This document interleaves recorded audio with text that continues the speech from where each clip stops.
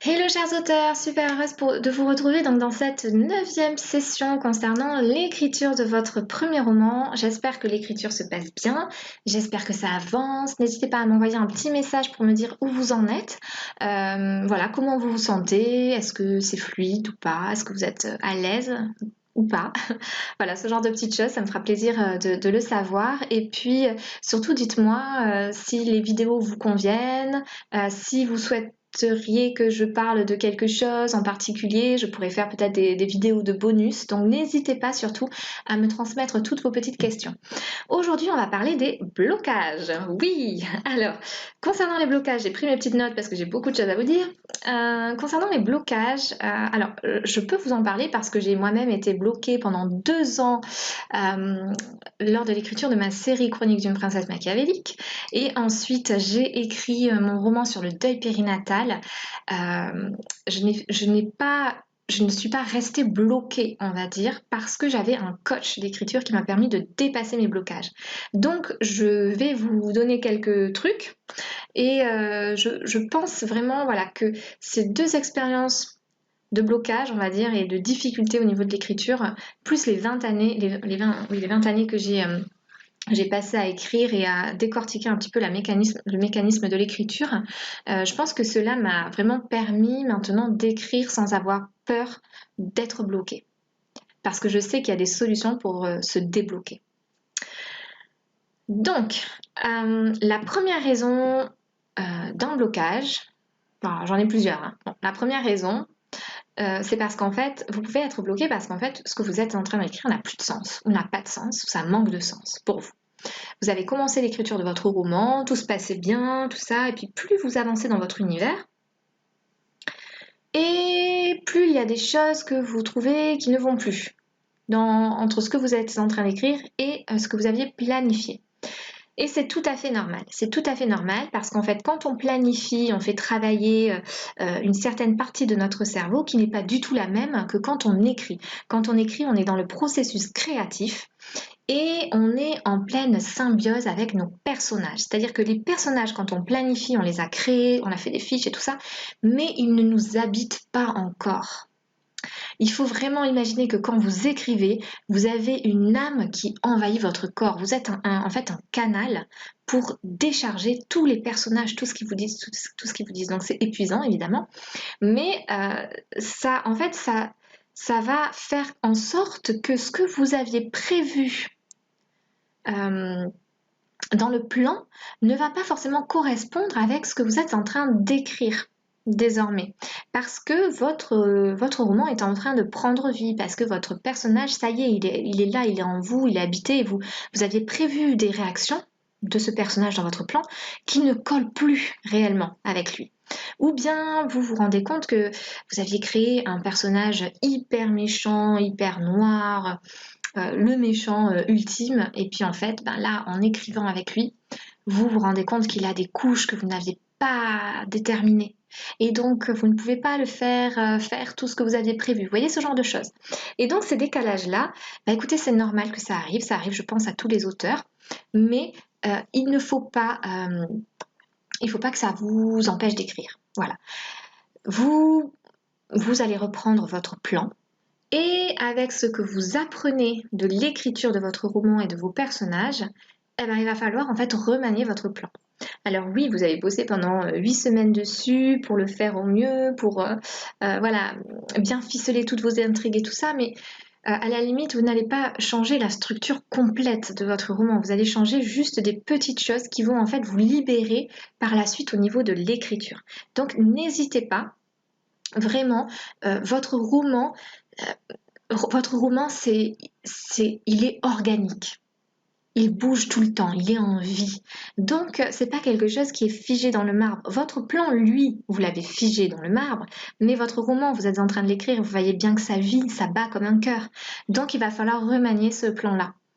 Donc, parce que finalement, vous pensiez que c'était figé, c'est ça le truc, mais ça ne l'est pas. Vous pouvez toujours remanier et de toute façon, il y aura encore des phases de réécriture par la suite. Donc, n'ayez pas peur de prendre de la distance avec vos écrits, avec ce que vous êtes en train d'écrire sur votre roman, prendre de la distance et finalement vous plonger dans votre plan et essayer de déterminer ce qui ne va pas. Le décalage entre ce que vous aviez planifié et ce qui se passe réellement dans votre roman. Essayez de voir, il faut vraiment que si vous modifiez votre plan, il faut faire très attention à garder la cohérence de votre histoire, la cohérence de l'évolution de vos personnages. Vous ne pouvez pas tout modifier parce que votre personnage, vous ne le gérez pas dans votre roman. Vous ne pouvez pas modifier votre plan, toute votre structure et que ça parte en live. Ça, c'est pas possible. Ok. Là, je vous parle vraiment de modifier des petites choses qui vont peut-être apporter justement un peu plus de profondeur à votre roman et ça va vous permettre de reprendre l'écriture plus facilement. Par exemple, vous aviez imaginé une scène de dispute entre votre personnage principal et son meilleur ami. Là, c'est vraiment une scène de confrontation et finalement, vous vous rendez compte que le meilleur ami, il n'est pas si mauvais que ça, ou j'en sais rien, et vous voyez bien que cette scène de dispute,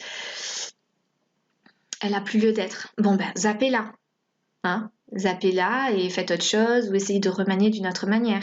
Voyez, mais ça, c'est des choses que vous allez apprendre au fur et à mesure de l'écriture, parce que c'est là que vous allez vraiment être prise en possession que les personnages vont prendre possession de vous, en fait.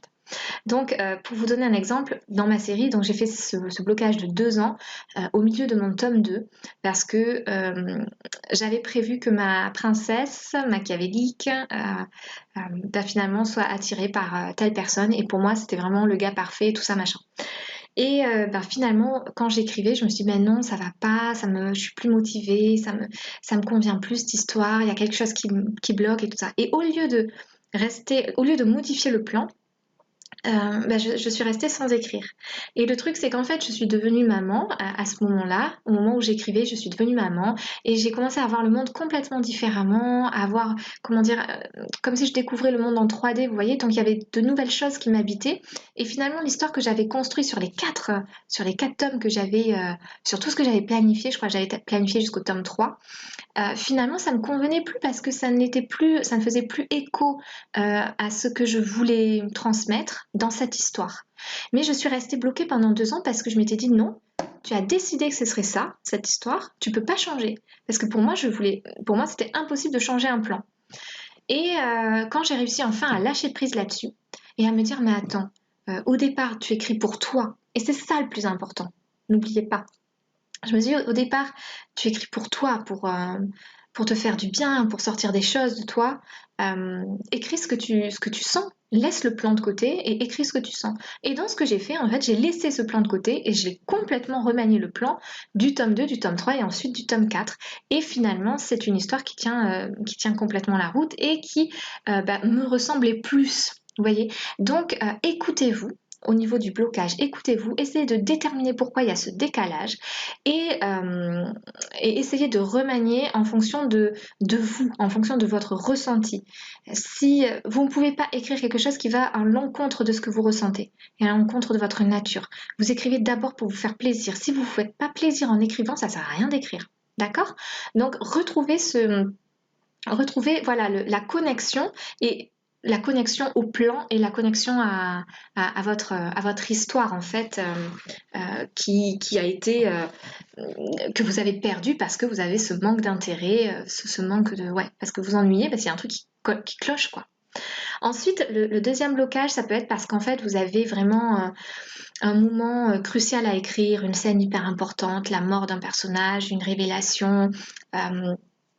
Vous voyez ce genre de choses et en fait vous mettez beaucoup de pression parce que c'est une scène très très importante de votre roman, parce que vous devez faire mourir un personnage et que vous voulez pas parce que vous l'aimez trop, parce que ce genre de choses et en fait vous mettez une grosse pression, vous mettez beaucoup d'angoisse et à ce moment-là vous restez bloqué et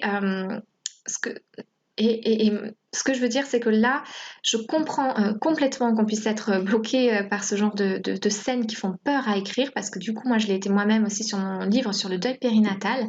Il y a une scène que j'arrivais pas à écrire, et en fait, mon coach m'a dit, tu contournes. Et donc, c'est ce que j'ai fait, j'ai contourné la scène, et j'ai écrit la suite.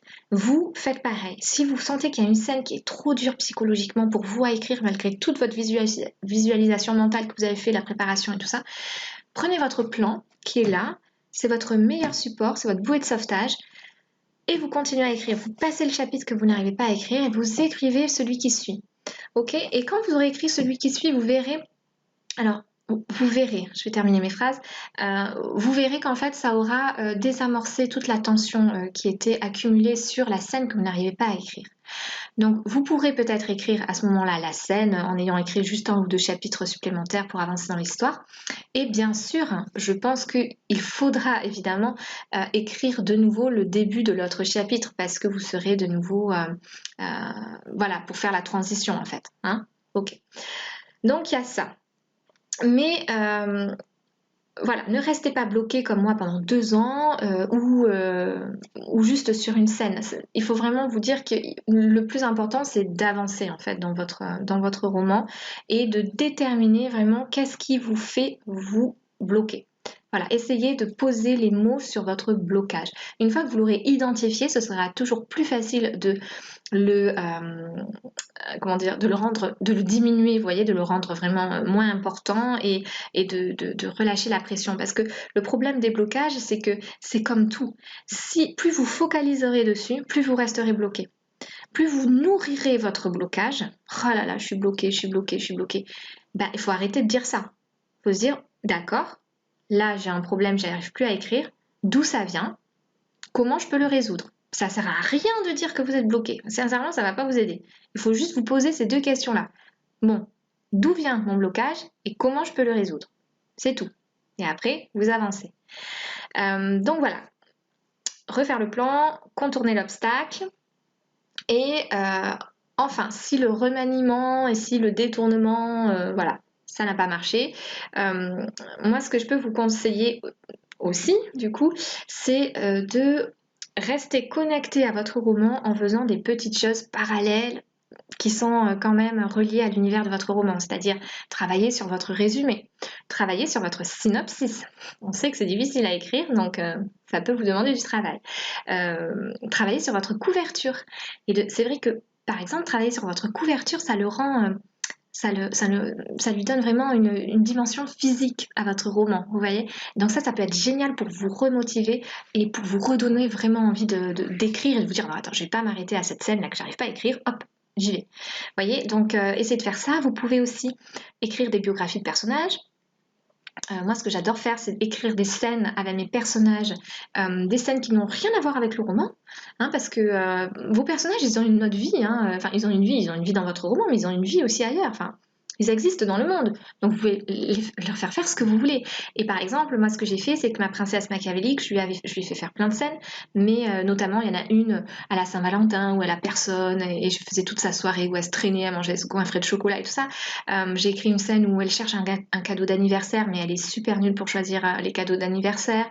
Et donc elle se fait aider par sa sœur. C'est des trucs un peu fun, un peu légers. Alors moi j'ai choisi fun et léger, vous pouvez faire autre chose, hein. Mais en fait ça me permettait de rester connectée à mon univers et de pouvoir me faire plaisir dans l'écriture, d'avoir une écriture récréative, voilà, vraiment une écriture plaisir et de retrouver l'envie d'écrire. Donc vous pouvez faire ça. Sincèrement, je pense que ça peut énormément aider.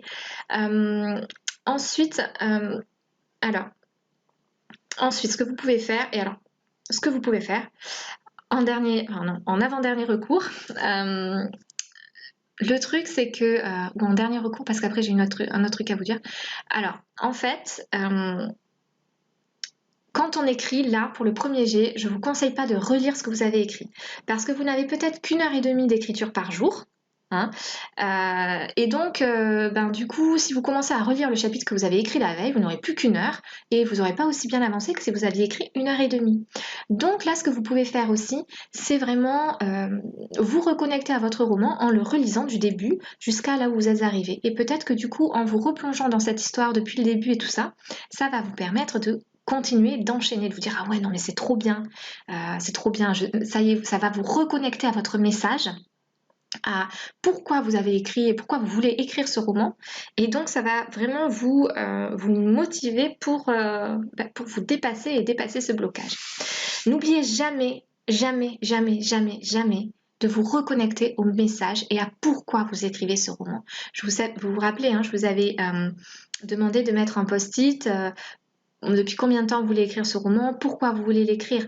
Replongez-vous avec ça, voilà, replongez-vous là-dedans et reconnectez-vous à votre message à chaque fois. Ça peut vous aider. Ensuite, si tout ça, voilà, ça vous motive pas non plus, c'est peut-être juste que vous avez besoin d'une pause. On n'est pas des machines, nous les auteurs. Quand on écrit, c'est extrêmement épuisant, vidant, c'est émotionnellement épuisant. Je vois pas d'autre mot en fait. C'est vraiment, on est lessivé parce qu'on passe par plein de phases, on vit tout ce que vivent nos personnages, donc c'est épuisant et vous avez peut-être juste besoin de faire une pause, de prendre du recul. Donc pas de panique. Vous êtes peut-être juste fatigué d'écrire. Voilà, c'est peut-être pas votre roman, c'est peut-être pas votre plan, c'est peut-être pas vos personnages, c'est juste que vous êtes fatigué d'écrire. Et à ce moment-là, vous prenez un peu de recul et vous vous dites, ok, j'ai écrit, j'en suis arrivée jusque-là, c'est super bien, félicitez-vous tous les jours. Peut-être que là, pendant un jour ou deux, je vais pouvoir écrire que 300 mots et puis ça suffira. Voilà, réduisez vos objectifs aussi. Ou dites-vous, plutôt que d'écrire, je vais écouter de la musique que mes personnages pourraient écouter, regarder un documentaire qui va m'enrichir sur le thème que j'aborde dans mon bouquin.